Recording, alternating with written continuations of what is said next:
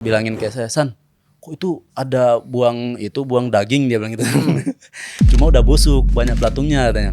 Kami tuh pas di-upload video itu, intel-intel kepolisian tuh satu hari bisa lebih dari 2-3 kali datang ke posko gitu. Gimana kondisi saudara-saudara kita di Aceh, Mas Ihsan? Jujur waktu puasa kami nggak kesana gitu. Cuma alhamdulillah kemarin tuh habis tanding BK Porda, harusnya kan udah 2 minggu setelah kejadian saya harus nunggu tanding dulu. Terus setelah tanding saya malamnya tuh langsung telepon, "San, besok siap nggak berangkat?" "Siap dong, Bang." Langsung berangkat gitu. Gue nikmatnya banyak banget nih.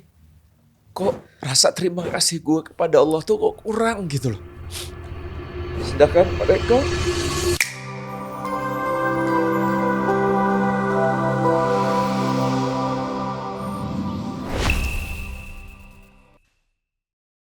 Mas Ihsan tuh nggak tahu mungkin powernya beda kali ya. Power Mas Ihsan kenceng banget.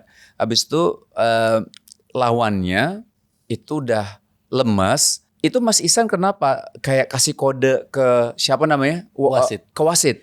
Kayak ini cuman wasitnya juga kayak belum beberapa ada sepersekian detik kayak nggak ngeh ya Mas Ihsan. Betul, Itu sebenarnya yang terjadi itu apa sih sebenarnya?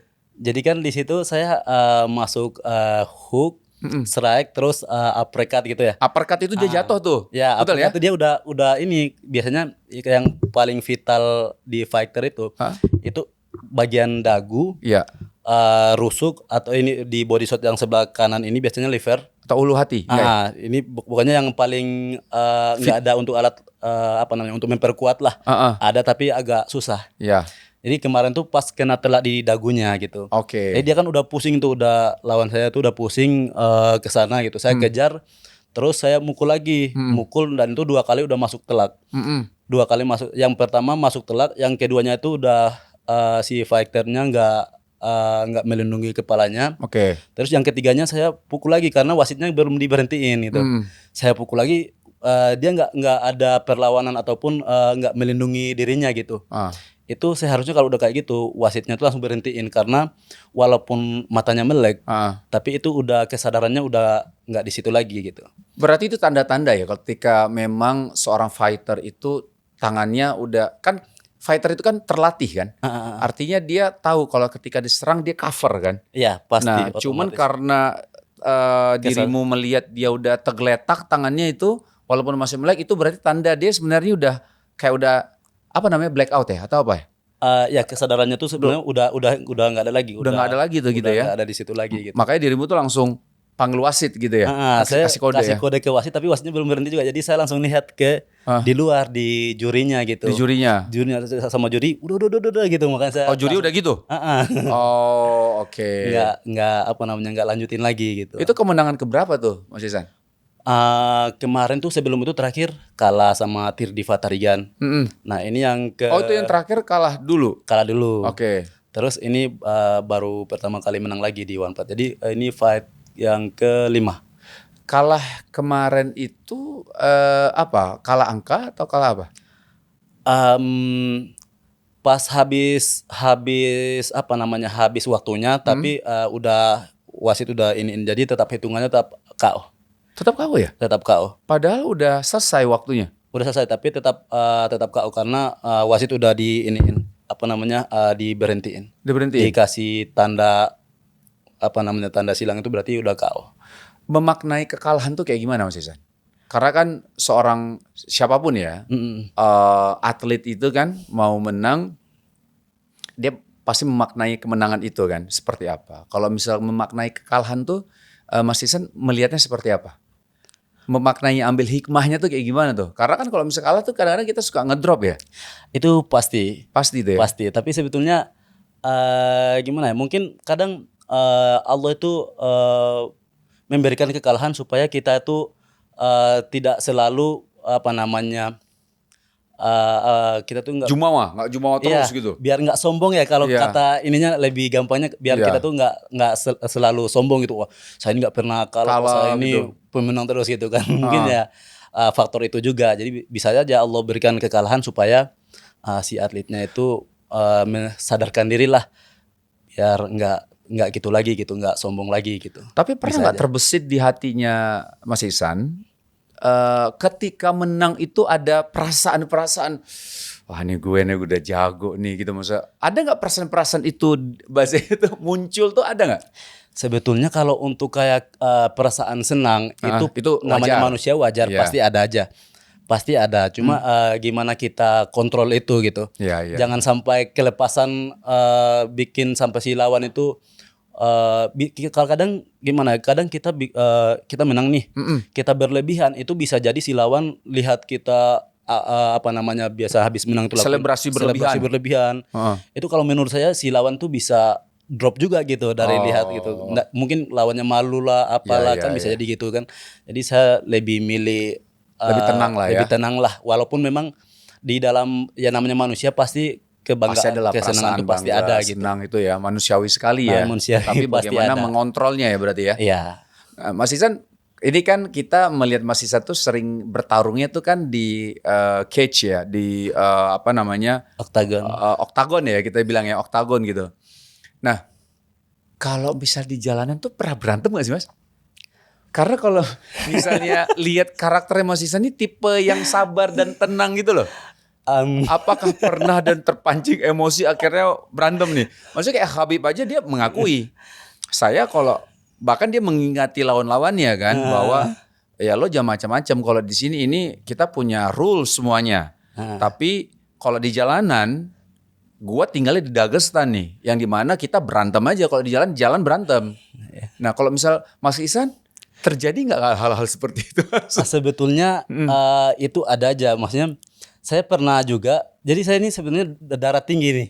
Oh, darah tinggi. Jadi saya yang darah tinggi. Pelan-pelan ya ngomongnya ya. Jadi saya setiap fight itu kalau tes nadi itu pasti darah tinggi terus. Saya pernah tensinya tinggi gitu. Pernah sakit gigi ke rumah sakit, mau dicabut. Itu karena tensinya tinggi, nggak jadi, disuruh pulang. Waduh, iya. Jadi memang saya ada beberapa kali gitu sama orang tua angkat juga waktu di Jogja. Saya kalau umpamanya mereka nggak duluan kayak nadanya tinggi, nggak kepancing, itu insya Allah saya bisa agak reda. Tapi kalau umpamanya saya kepancing emosi, itu kadang saya ini juga nada saya udah mulai tinggi juga gitu. Jadi nada tuh udah awal trigger tuh ya? Cuma kalau untuk main tangan belum pernah. Enggak ya? Jadi nada aja? Nada aja. Kalau begitu saya nadanya rendah aja. Nggak perlu ya Bapak. Agak ngeri juga nih. Dikunci nggak sih itu? Kaburnya berenak nih. Kadang ini Bang, apa namanya, saya waktu dulu di SMK jadi kepala polisi angkatan gitu. Jadi karena penerbangan dia ada kayak polisi sekolahnya gitu. Jadi saya ada tempatin anggota-anggota saya di bawah itu, kamu harus jagain sini gitu kan ya. Jadi pernah tuh dia tuh nggak sesuai sama arahan saya gitu. Terus dia itu melawan. Iya, dia itu apa namanya, dia Cina Medan. Jadi kalau untuk mohon maaf ini nggak ini ya, maksudnya dia kalau omongan ininya tuh nggak bisa lawan gitu. Ya inilah ya, gitu terus ya. Jadi saya tuh, kamu kalah secara ini Mas ya, secara mau balasnya, aduh, susah untuk dilawan tuh ya. Betul, karena saya jujur sampai sekarang pun kalau untuk apa namanya adu argumen gitu tuh masih susah kan. Ya udah main tangan, bang, langsung diam. Sekali aja ya. Pernah kejadian sekali kayak gitu. Itu sekali doang itu? Sekali. Terus habis itu saya renungin kan. Waduh ya Allah, ini saya sepertinya berdosa ini saya main tangan gitu ya. Sampai saya minta maaf waktu itu. Saya minta maaf sama dia kan. Waduh saudaraku, saya minta maaf tadi tuh saya udah kelepasan gini. Ya nggak apa-apa. Besok-besoknya udah nggak ini lagi, udah ikutin lagi. Dan besok-besoknya dia juga nggak cerewet jadinya. Ya nggak Ya jadi hikmah juga buat dia lah ya. Iya. Tapi itu hanya sekali tuh kayak gitu selama sepanjang hidup sampai saat ini. Di luar. Kadang-kadang kan ada kayak misalnya kan kita ngomong kayak Khabib nih, dibilang dia pernah cerita kan bahwa saya tuh pernah ada satu kejadian di minimarket, ada yang memancing saya untuk kayak ya inilah ya bahasanya tuh mengganggu dia. Dan dia hanya mengingatkan, ya maksudnya hati-hati, saya ini itu apa dibilang petarung apa dibilang, saya tuh petarung, jangan coba-coba lah gitu lah. Dia ngomong maksudnya biar dia juga sadar kalau lo macam-macam gue sikat nih gitu. Pernah nggak posisi-posisi kayak gitu, pernah nggak sih Mas? Sebenarnya kalau untuk kayak kayak apa namanya adu omong itu, Argumen adu bicara gitu pernah, maksudnya kayak tadi nadanya agak wah gini ini itu malah sering gitu, tapi kadang ingat lagi kembali, waduh ini nggak bisa nih, karena apa namanya kalau apalagi zaman sekarang kan ya, mereka cari tahu si fighter itu kan fasalnya kan bisa fatal sekali, ya betul. Terus kita juga bakalan bisa di blacklist lah di si fighter gitu. Karena bertarung di luar ya. Ya. Kita juga kadang harus mikirin ke sana gitu. Nah, jadi dari sini kita mungkin tahu ya teman-teman bahwa Mas Iksan juga memang termasuk bisa mengontrol itu ya. Karena bagaimanapun juga banyak hal yang difikirkan ya Mas Iksan ya terkait hal itu. Mas Iksan, jadi kemarin kami ngelihat video Mas Iksan waktu di Aceh. Jadi saya sama tim juga kemarin kita ke Aceh ya untuk melihat saudara-saudara kita di sana gitu. Nah, mungkin yang kita mau tanya, ada satu kejadian kan yang dibilang ada satu plastik yang dikirim ke tempatnya Mas Iksan dan teman-teman itu berupa mayat kucing ya? Mayat anjing ya? Anjing kayaknya. Mayat anjing ya? Kayaknya sih anjing. Mayat anjing kayak. Karena udah agak nggak berbentuk ya. Iya, itu ya. Udah berbelatung juga. Itu gimana ceritanya sih? Waktu baru bangun subuh kah atau apa tuh, Mas Iksan? Waktu itu setelah subuh udah agak terang. Udah cuma mataharinya belum naik. Cuma kondisi ininya tuh kita udah bisa lihat sekitar tuh udah terang. Jadi kita udah biasanya kan di situ nggak ada tong sampah depan itu. Jadi kita biasanya taruh situ pakai kardus atau kantong plastik gitu, pakai kantong plastik sampah gitu. Nah waktu itu saya sama ada teman saya waktu itu cuma berdua. Terus naikin lah sampah-sampahnya itu, terus kami buang ke tong sampah tempat pembuangan. Karena dari posko kami ke sana itu lumayan berapa kilo tuh? Ada 3 kiloan. Habis buang kami balik lagi saya langsung masuk ke posko, terus teman saya turunin, habis itu dia mutar dari samping mobil gitu. Lah kok ini ada sampah lagi, tadi kan udah kita angkut semua gitu. Tadi udah lihat udah kosong karena kan baru kita buang nih. Udah kita naikin itu, naikin udah kosong semua. Lah kok ini kok ketinggalan, perasaan tadi udah naikin semua gitu. Pas dibuka rupanya bangkai itu dia langsung masuk ke dalam, bilangin ke saya, San kok itu ada buang daging, dia bilang gitu. Cuma udah busuk, banyak belatungnya katanya. Terus keluar kita lihat, lah kok ini bisa ini ya. Tadinya kita nggak maksudnya nggak kepikiran bangkai anjing gitu, bangkai anjing atau ini apa gitu. Terus kita udah mau buang itu, udah diikat sama yang kalau di video itu kan ada plastiknya, kan plastik biru tuh. Sebetulnya aslinya tuh di plastik merah yang bagian dalamnya itu. Nah, terus kita masukin ke plastik biru itu, hasil ikat lah, rencananya mau dibuang gitu. Tapi karena baru balik, kita masuk ke posko dulu. Pas duduk, kok kenapa ya? Padahal kita kan tadi udah angkat semua, kok tiba-tiba dibuang ke situ gitu. Kita bilang itu, ya udah kita bikin video di situ. Kita bikin video, kirim, masukin ke grup kan. Habis itu banyak petinggi-petinggi dari Nurul Asri itu tanya-tanya kan, kenapa gini gitu, disangkut pautin gitulah. Akhirnya coba disangkut pautkan terkait ada bangkai ini, itu. Makanya di post di medsos kayak gitu aja.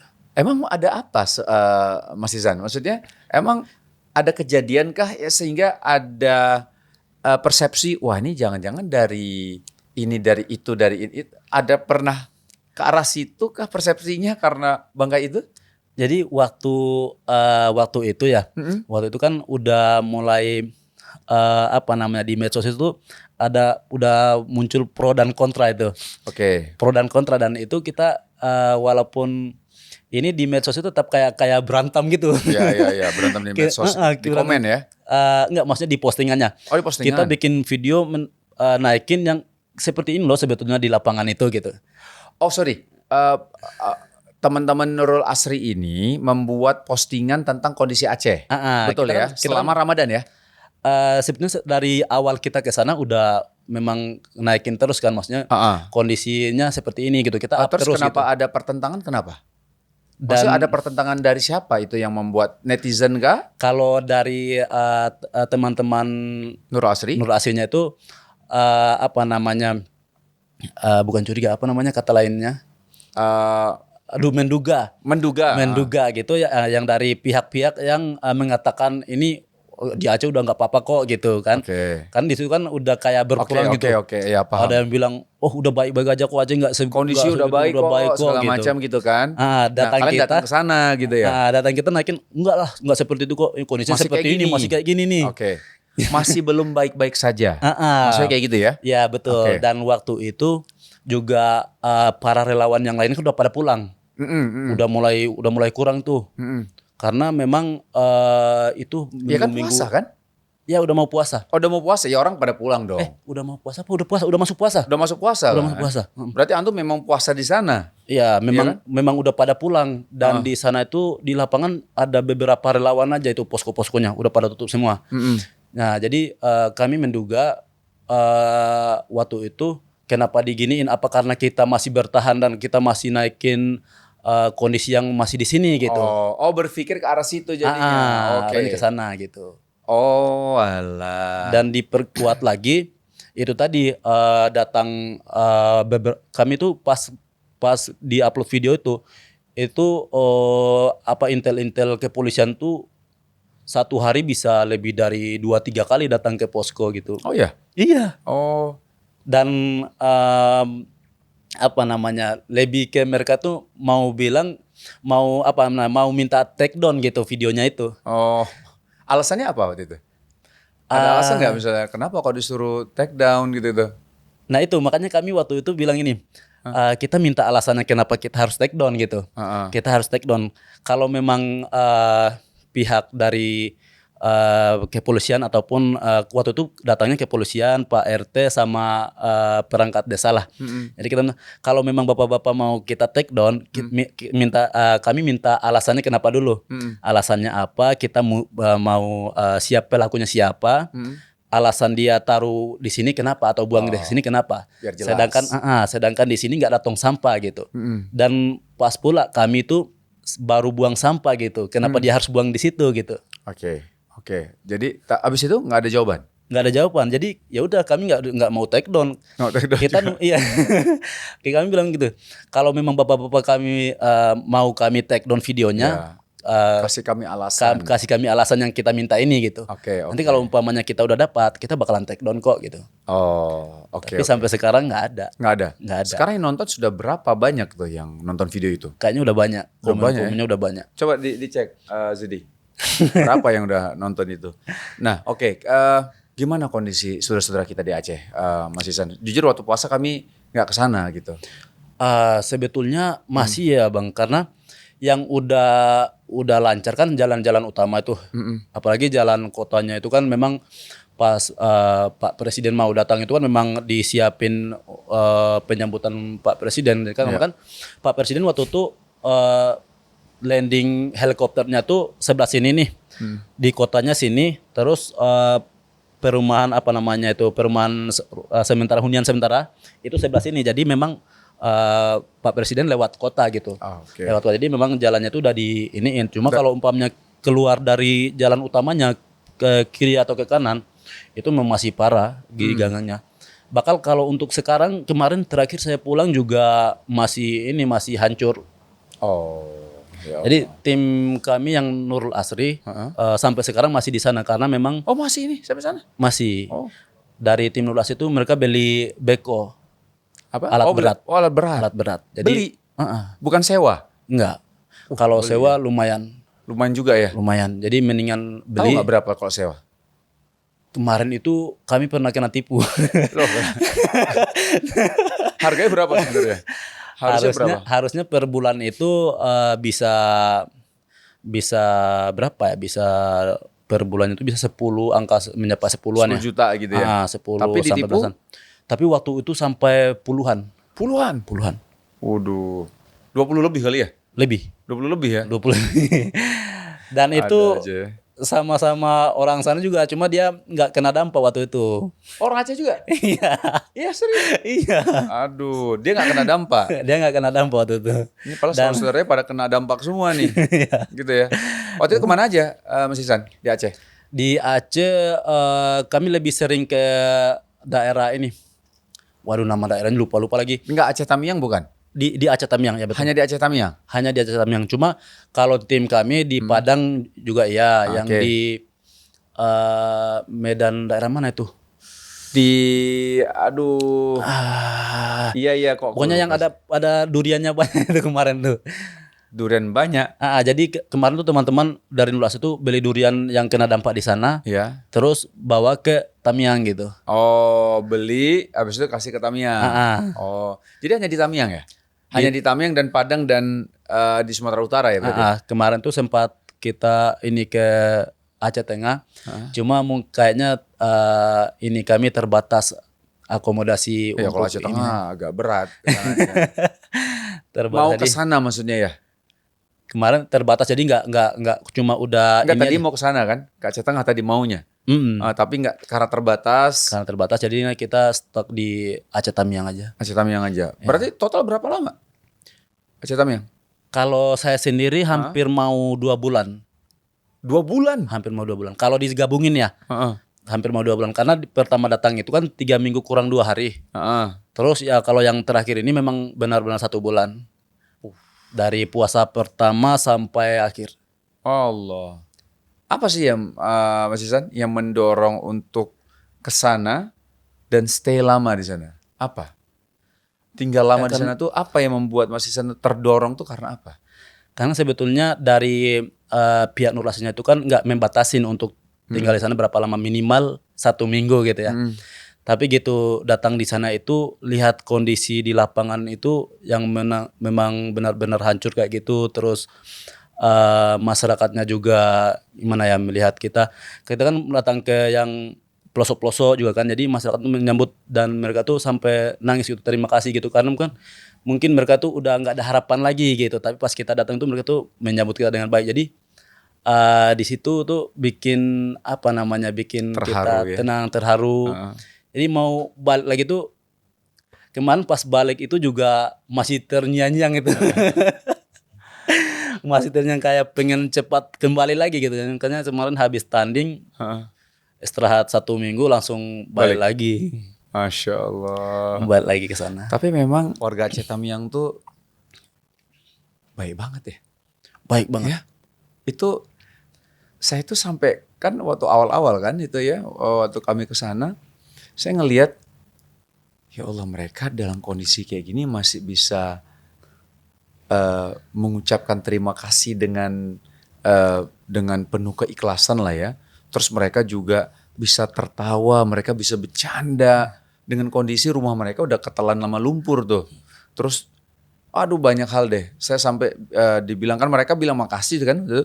Makasih ya Bang Wisnu gitu. Saya bilang saya yang makasih nih gitu, saya bilang. Karena kalian tuh menyadarkan saya bahwa rasa syukur yang selama nikmat yang Allah berikan kepada saya itu, saya mungkin banyak PR yang harus saya syukuri kepada Allah Ta'ala. Terus doain kami ya Bang. Saya bilang, saya balikin lagi. Harusnya kalian yang doakan kami. Dengan kondisi kalian seperti ini, insya Allah kalian doanya diijabah sama Allah. Saya bilang kayak gitu.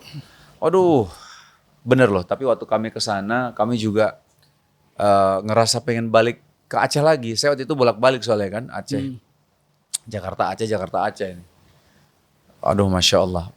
Mas Ihsan, apa hal yang paling paling berkesan ketika di sana tuh apa Mas Ihsan?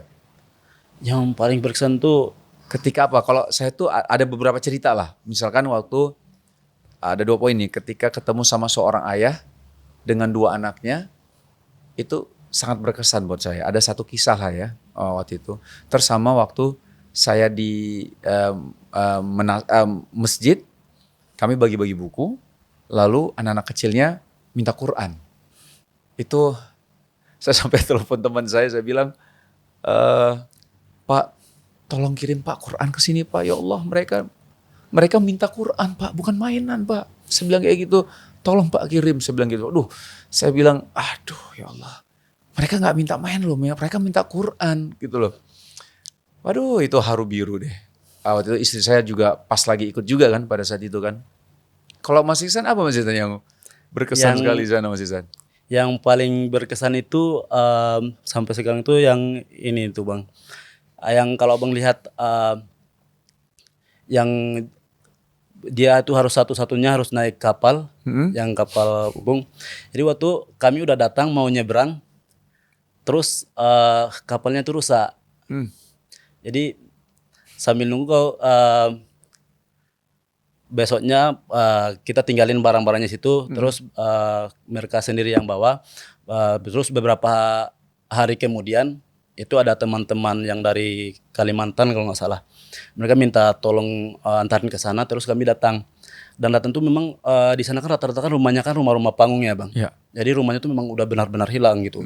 Jadi mereka tuh bikin seadanya gitu. Jadi pas kami datang itu mereka tuh mengucapkan terima kasihnya tuh sangat tulus gitu. Iya tuh banget. Nenek-nenek sama anak-anak itu sangat tulus gitu karena mereka tuh kayak udah hancur apa namanya, udah rumahnya hancur, segalanya hancur, tapi pas kita datang itu mereka tuh kayak walaupun kita tuh nggak bawa apa-apa gitu, nggak sebanyak dengan kita datang itu nggak membalikkan apa yang hilang punya mereka gitu, tapi mereka tuh sampai nangis gitu mengucapkan terima kasih sudah mau jenguk kami gitu. Allah. Itu yang bikin selalu saya terngiang-ngiang dan selalu teringat gitu. Aduh ada tuh ada yang benar sih terngiang-ngiang tuh waktu saya. Ada bapak-bapak lagi kami jalan terus dia cuma ngucapin makasih ya. Saya bilang aduh Pak. Aduh astagfirullahaladzim. Jadi keingat lagi saya nih jadi.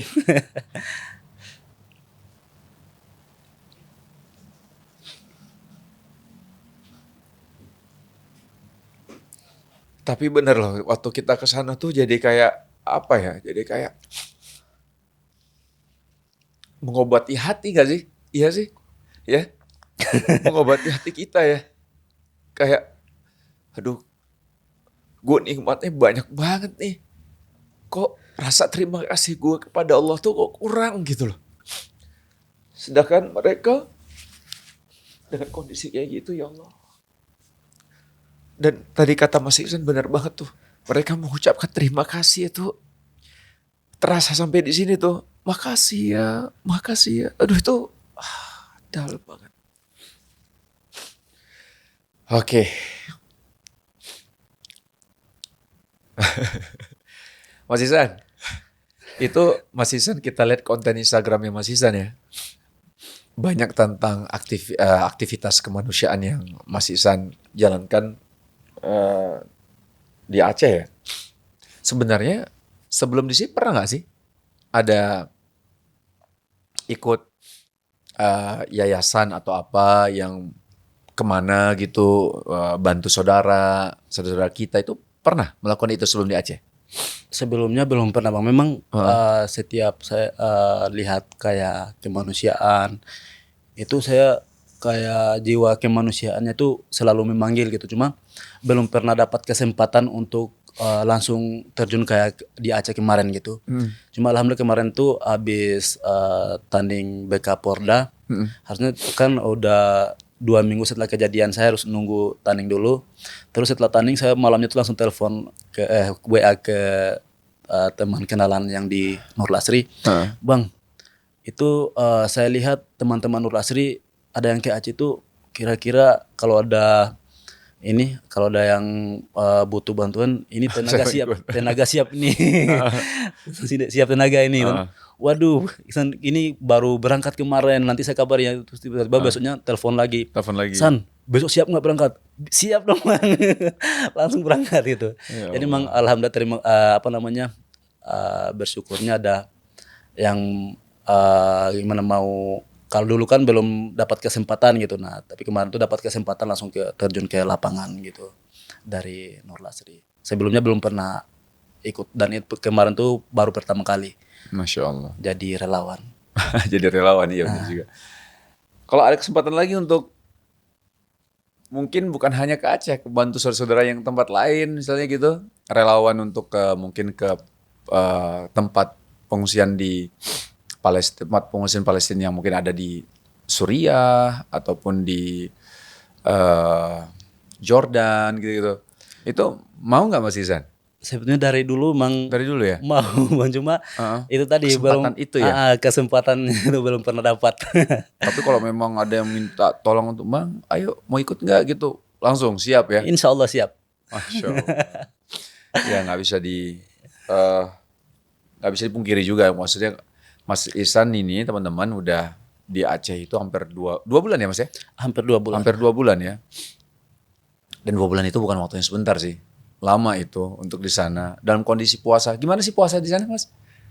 Kemarin karena lebih ke ini sih Bang, kalau kita awal-awal datang itu kan kita banyak bersihin kayak sekolahan, masjid. Karena aktivitasnya itu ya? Lumpurnya kan memang masih basah kan, ya kita bantu ini itu.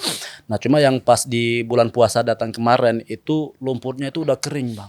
Waduh, itu Udah keras kering dong. udah keras. Ya. Jadi nggak bisa, emang bisa pakai tangan, cuma agak susah. Jadi kita kemarin tuh lebih kontrol ke ininya. Kita pergi ambil isi apa namanya, solar.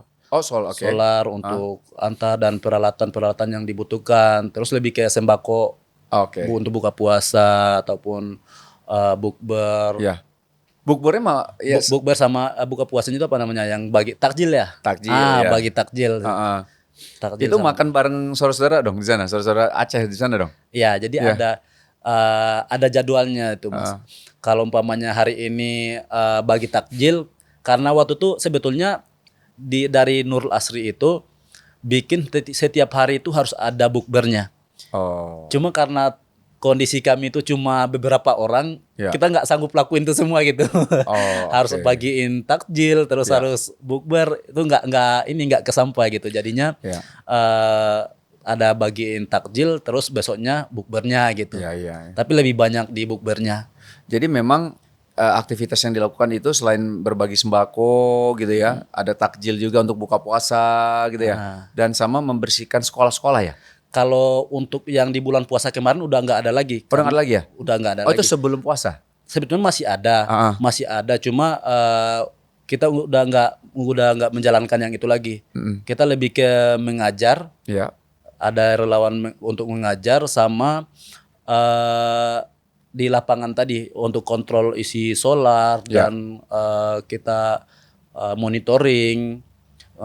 Terus kita cari di mana ini yang umpamanya kalau ada yang DM, Bang kita ini udah sekian lama tapi belum ada bantuan yang datang gitu. Ada itu banyak kali itu, sering kayak gitu. Karena memang jangankan di pelosok-pelosok yang ke dalam Bang, yang dekat-dekat kota aja di dalam gang-gang itu masih banyak yang membutuhkan gitu.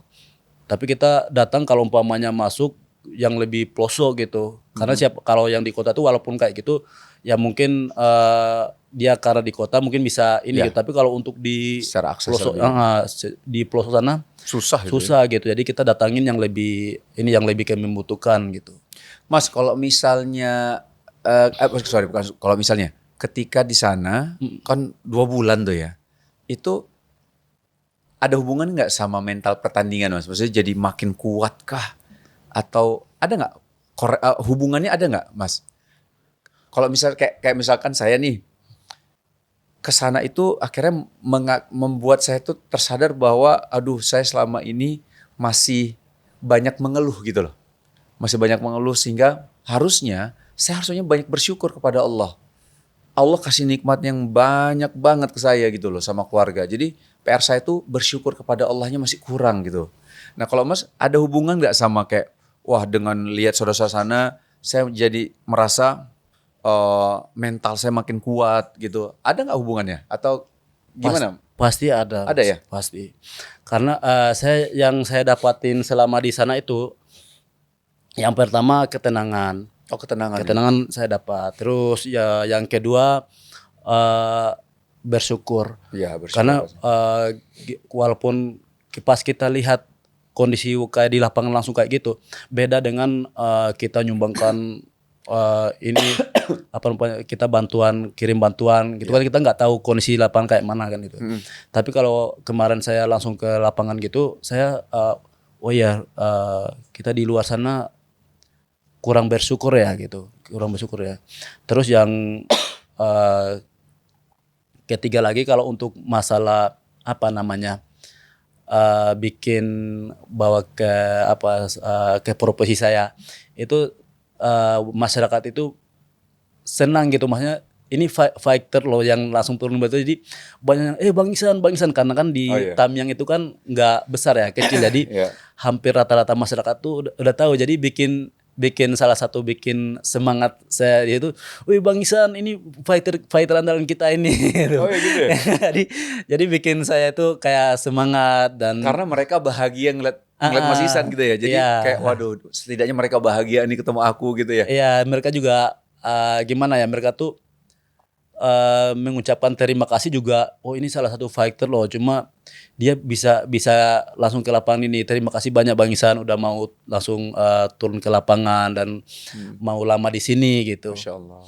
Itu yang bikin apa namanya, betah ya. Betah. bisa dibilang betah. Tapi di sana tuh ada yang ini nggak, Bang Isan latih kami dong gitu, ada nggak kayak gitu? Nggak ada ya? Sebetulnya ada, cuma banyak kan anak-anak, jadi gimana ya, secara dan kondisi kemarin juga nggak memungkinkan untuk ngelatih kayak gitu, nggak memungkinkan. Jadi kita lebih ke belajar apa sih, Mas? Lebih ke apa namanya, lebih ke permainan sih, supaya anak-anaknya itu nggak trauma dari kejadian itu gitu, kejadian apa namanya, bencana itu. Apa, trauma healing ya namanya? Iya. Trauma healing gitu ya. Ada ya, maksudnya kayak kasih buku cerita, terus ada games gitu-gitu ya? Iya betul. Sama juga kemarin kan di stay satu sekolah ya, itu mereka kayak store hafalan gitu, tapi nggak masuk ke pembelajarannya. Pembelajaran utamanya tuh nggak masuk, lebih ke banyakan permainannya. Dan masyarakat juga kita disuruh gabung main juga gitu. Jadi mereka tuh bisa lepas ketawa gitu, senyumnya tuh lepas gitu. Walaupun memang rumah kondisi mereka hilang, gitu ya? Kondisi itu, tapi dengan permainan itu bisa setidaknya mengurangi lah, menghilangkan sekedar penat-penatnya tuh hilang lah. Iya. Mas Isan, kita ini udah waktu itu ketemu 2 tahun yang lalu kan, salah ya? Selama 2 tahun itu ada pengalaman yang baru nggak yang bisa diceritakan selama 2 tahun itu? Apakah misalnya ya saya yang dari 2 tahun yang lalu sampai sekarang akhirnya saya menemukan satu hikmah yang baru, atau ada hal yang baru yang Mas Isan dapatkan, atau memang malah kayak sekedar di dunia Mas Isan yang petarung gitu ya? Ya selama itu saya berlatih dan saya merasa ternyata dalam ilmu bela diri itu harus kayak gini. Ada nggak hal yang baru yang Mas Isan temukan selama 2 tahun kita nggak ketemu tuh, Mas Isan? Selama 2 tahun ini alhamdulillah kayak gini ya Mas, apa namanya, saya tuh kan yang pertama keinginan saya keluar dari kampung itu kan untuk beribadah, maksudnya untuk kita tuh disekolahkan keluar, ya balik ke sana kan kita harus berdakwah lagi gitu. Dan keinginan saya itu alhamdulillah udah mulai mencapai gitu, dengan saya ikut MMA menjadi fighter. Dengan itu alhamdulillah juga dari media sosial juga banyak pengikut. Dari situ juga saya bisa melakukan umpamanya seperti kayak kegiatan kemanusiaan gitu. Mungkin masyarakat bisa melihat dari situ, ambil baiknya dibanding yang buruknya gitu kan ya. Nah itu salah satu ininya, perkembangan yang paling signifikan buat saya baru itu. Tapi Masya Allah ya, maksudnya ya kita ketika berdakwah kan nggak selalu harus di podium ataupun di tempat kajian ya, tapi ada nilai-nilai yang bisa kita sampaikan lewat potensi yang ada di dalam diri kita ya. Misalnya dengan media sosial followersnya ada ya, maksudnya cukup banyak lah alhamdulillah. Nah Mas Isan berdakwah dari situ gitu ya. Iya betul sekali. Baik dari bagaimana ketenangan di dalam bertarung, habis itu menghormati lawan, yang biasanya selama ini ada beberapa kan saling meledek satu sama lain, tapi Mas Isan nggak lakukan itu, tetap menghormati lawannya gitu kan. terus juga Mas Ihsan berdakwah melalui aktivitas menjadi relawan gitu ya. Wah, Masya Allah itu ada lagi? Iya, yang maksudnya dan itu juga bikin kalau kita masyarakat yang banyak masyarakat luas tahunya kan kalau orang Papua itu kan rata-rata non Muslim gitu kan. Oke, oh iya. Dan kebetulan juga memang kalau untuk pegunungan itu memang masih minoritas. Dan saya juga dari dulu kan memang menginginkan untuk kita tuh ada Muslim loh, walaupun minoritas kita tuh ada loh gitu. Memenuhkan dan juga dengan saya bisa bertarung, alhamdulillah untuk sekarang kan udah banyak media sosial ya, jadi masyarakat yang di kampung itu kan mau yang Muslim, yang non Muslim juga kan nonton gitu, jadi sekarang si Ihsan tuh gini ini itu kan, jadi ya alhamdulillah berarti masih udah ada perkembangan lah, jadi adik-adik yang di sana pun bisa semangat untuk belajar, jadi untuk mengikuti jejak keluar gitu. Masya Allah. Terus pernah pulang kampung lagi nggak Mas Ihsan? Belum. Ini rencana insya Allah mau Lebaran di sana. Lebaran Idul Adha maksudnya? Oh di sana. Jadi nyembelih di sana? Insya Allah. Oh Masya Allah. Itu apa nama daerahnya Mas? Lupa aku. Di Wamena. Kalau kabupatennya Wamena. Enggak, Wamena, Kabupaten Wamena. Oh alah. Itu keluarga semua di sana? Keluarga semua di sana. Ayah, cuma ada 2 adik yang di sini, sekolah di sini. Oh, sekolah di sini. Adik di Jakarta atau di mana? Di Jakarta. Di mana? Yang satu Jakarta Barat, masih SMA. Oh, masih SMA. Kalau satu lagi? Yang satu lagi di Pondok daerah Banten. Oh, Banten. Pondok. SMA juga. Wah, Masya Allah. Itu nanti niatnya balik lagi ke sana, ke Wamena tuh. Insya Allah. Iya, untuk berdakwah di sana. Insya Allah. Masya Allah. Mas Ihsan, mungkin ini mungkin ada pertanyaan. Ini nih, kan ada kan meme ataupun video-video kayak misalnya kamu mau nggak pondok di Dagestan gitu. Kan ada kan gitu kan video-video gitu. Kalau misalnya itu kalau saya sama Kacef yang ngomong gitu ya. Dia ngomong gitu deh sama Kacef, udah 2-3 tahun deh ke Dagestan biar ikut kami gitu. Kalau misalkan andaikan Mas Ihsan diajak ke Dagestan, gimana? Terima nggak tawaran itu? Oh pasti mau. Itu udah hadiah yang luar biasa itu ya. Itu pasti mau. Aduh iya. Siapa yang nggak mau? Kalau untuk sekarang semua fighter pasti kalau ada tawaran keluar latihan tempat yang baru, apalagi kayak di Dagestan, kayak Road to UFC, itu sangat mau. Sangat pasti. Mau ya. Dan tawaran kalau misalkan yang Road to UFC diterima juga? Pasti itu ya. Pasti. Karena kalau untuk atlet-atlet One Pro sekarang pasti mengharapkan memang ke sana, arahnya ke sana, ke Road to UFC. Kalau menurut Mas Ihsan sendiri, petarung-petarung kita kans ke sananya kan JK Saragih kemarin ya. Membuka pintu lah bahasanya ya untuk petarung Indonesia ke sana, dan akhirnya nama Indonesia muncul nih. Nah, itu kans petarung-petarung lain untuk ke sana besar nggak Mas? Bisa, kan ya? bakal One Pride itu sekarang udah ada kerja sama UFC. Bakal sekarang ini Bang Yudi Cahyadi lagi ke sana untuk tanding Road to UFC. Jadi kalau umpamanya dia tanding, dia menang, otomatis udah diterima di UFC. Wah. Dan ada 2 orang fighter lagi, Bang Denny Dava sama saudaranya lagi latihan di Shanghai di Cina. Shanghai untuk Road to UFC juga? Bukan? Itu dia di bawah bimbingan UFC. Oh oke. Tapi belum masuk ke Road to UFC-nya. Kalau yang tinggal di Amerika sama Bilal ya? Bilal Hasan. Bilal Hasan. Itu kan sebenarnya orang Indonesia kan yang tinggal di US ya. Itu juga dia sering banget bawa bendera Indonesia loh. Ya mungkin karena darah Indonesia. Orang darah Indonesia. Tapi kalau menurut Mas Ihsan gimana tuh skillnya dia tuh? Oke banget ya. Skillnya oke, karena kan dia memang latihan ininya juga di luar. Di luar ya. Mungkin dari pola makannya juga, pola hidupnya juga kan udah terbiasa di luar ya. Yang terbiasa di sana. Kalau kita di Indonesia dari makanannya aja udah gorengan. Kiri kanan gorengan semua. Itu emang nggak boleh ya Mas ya? Boleh nggak sih sebenarnya makan gorengan tuh? Sebetulnya bukan nggak boleh, boleh. Cuma ya kalau gorengan semua juga nggak bagus kan. Iya. Bakalan ngaruh pasti. Bakal ngaruh ya? Ngaruh. Sebenarnya pasti. makan yang bagus untuk atlet itu apa sih Mas? Maksudnya makanan yang sesuai bergizi tuh kayak gimana tuh yang bagus buat atlet? Protein yang tinggi kah atau apa? Kalau kita yang pastinya kita nggak tahu ya, karena itu kan yang ini kan ada ahli gizinya gizi, ya. Ahli gizi. karena kalau di luar itu Mas, mereka kan punya dokternya sendiri, ahli gizinya sendiri, semuanya kan udah ada semua. Nah, cuma kita di Indonesia aja nggak ada kayak gitu. Ini salah nih kok martabak. Yang manis sama yang telur lagi.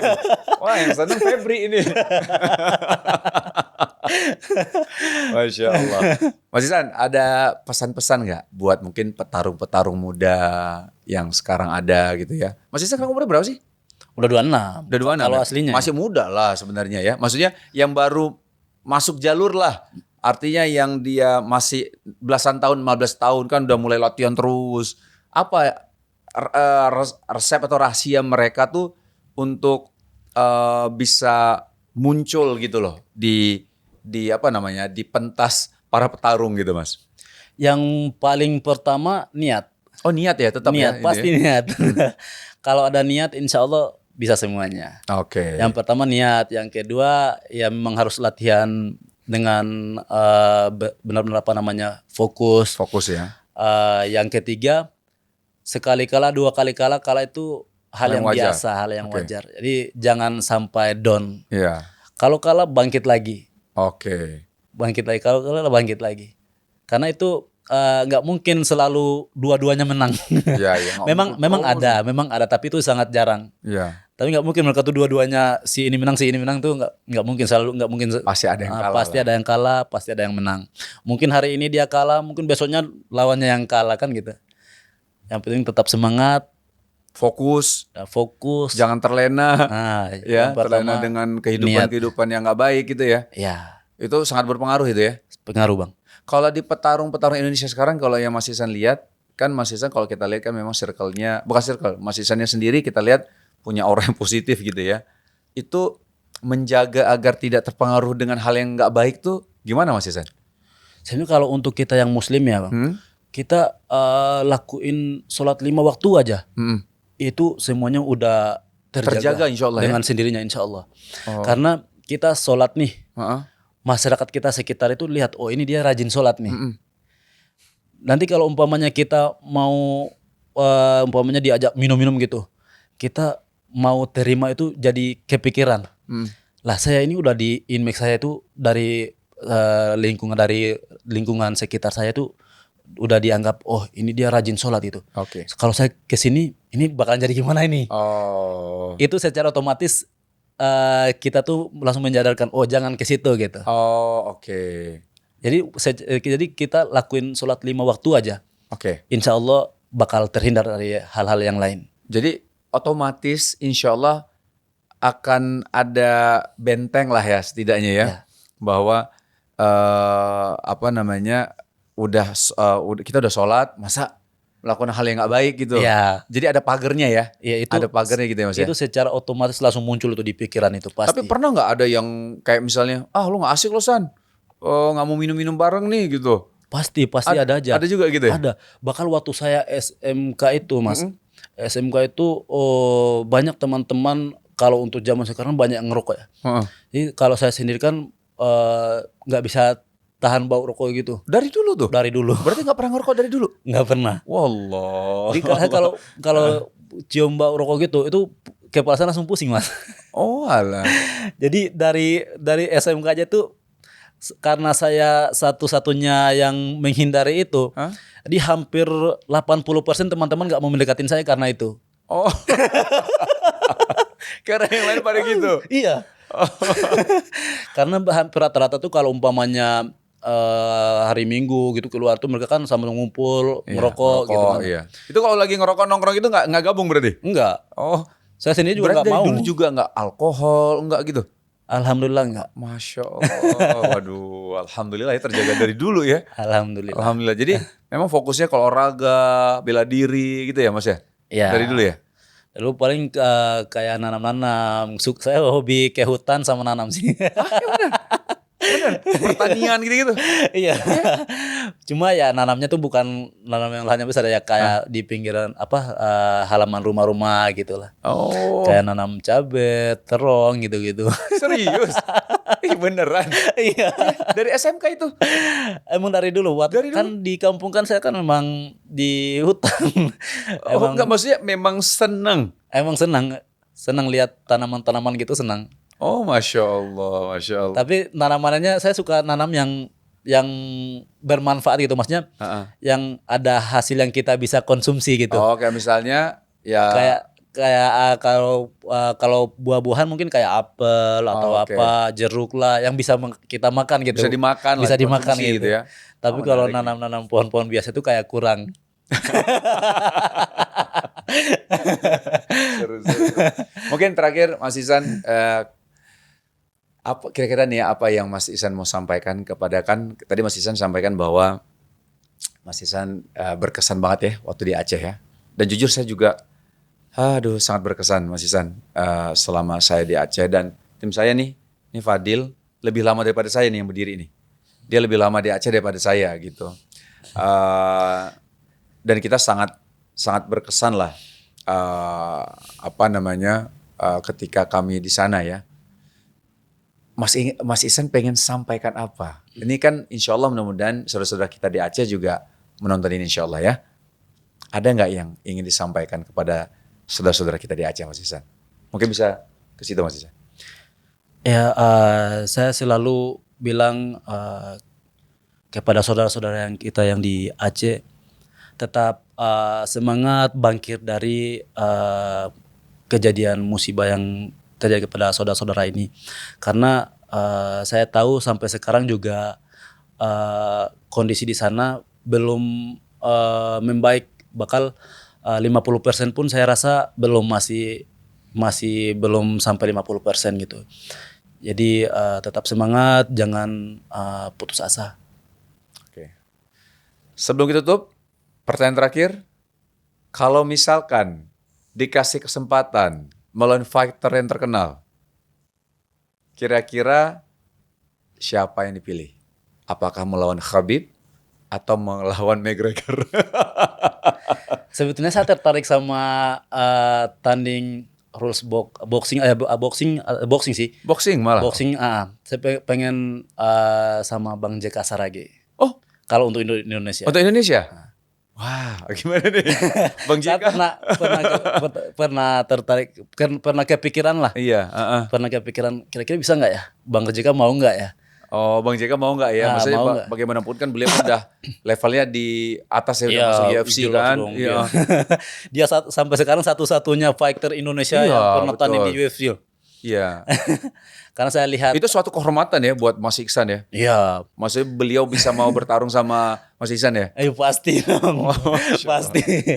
Jadi kan kita lihat akhir-akhir ini kan kayaknya udah nggak dipanggil lagi di UFC kan ya. Saya pengen kali gitu, maksudnya kira-kira saya pernah komen juga itu salah satu video gitu. Kira-kira Bang JK ini mau nggak ya kita ketemu tanding di berat 65 lah gitu, 65. Biar tengah-tengah gitu kan. Bang JK kan dia kelasnya kan kelas berat tuh. Oh, enggak lah, bukan kelas berat dong. Dia kelas 70 lah. 70 dia? Oh ya? Kalau Mas Ihsan di 60 ya? 61. Wow, berarti beliau nurunin, Mas Ihsan naikin ya? Oh. Jadi, mau nggak ya kira-kira kita ketemu di kelas 65 lah gitu. Entah promotor yang mana yang mau buatin. Iya. Ini mungkin siapa tahu ada yang melihat ini dan tersampaikan ke Bang JK juga ya. Iya, dan ini suatu kehormatan ya buat Mas Ihsan ya. Pasti. Masya Allah. Pasti banget. Kalau di luar siapa kira-kira Mas Ihsan? Jadi pengalaman nih, aku pernah bertarung nih sama dia. Siapa? Kalau di luar siapa ya? Dulu saya benci sama, bukan benci, lebih kesal sama McGregor. Kesel ya maksudnya. Memang kalau ada kesempatan pengen ya gitu. Kalau sekarang belum tahu. Tahu ya. Kalau dulu sama McGregor kayak gitu. Kesel banget tuh ya. Kalau umpamanya disuruh tanding ya udah. Tapi di ring dong. Iya Di pasti. ring ya, jangan di luar. Aduh, Masya Allah seru deh. Mas Ihsan, thank you banget ya. Siap, terima kasih banyak juga. Sudah mau hadir di sini. Salam untuk keluarga ya.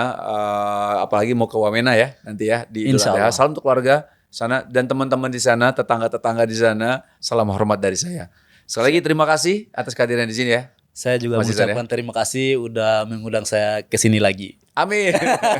Semoga nggak kapok. Kita undang terus nih insya Allah ya. Oke teman-teman, terima kasih. Semoga bermanfaat apa yang disampaikan oleh Mas Ihsan. Dan salam untuk keluarga di rumah ya. Barakallahu fikum. Assalamualaikum warahmatullahi wabarakatuh.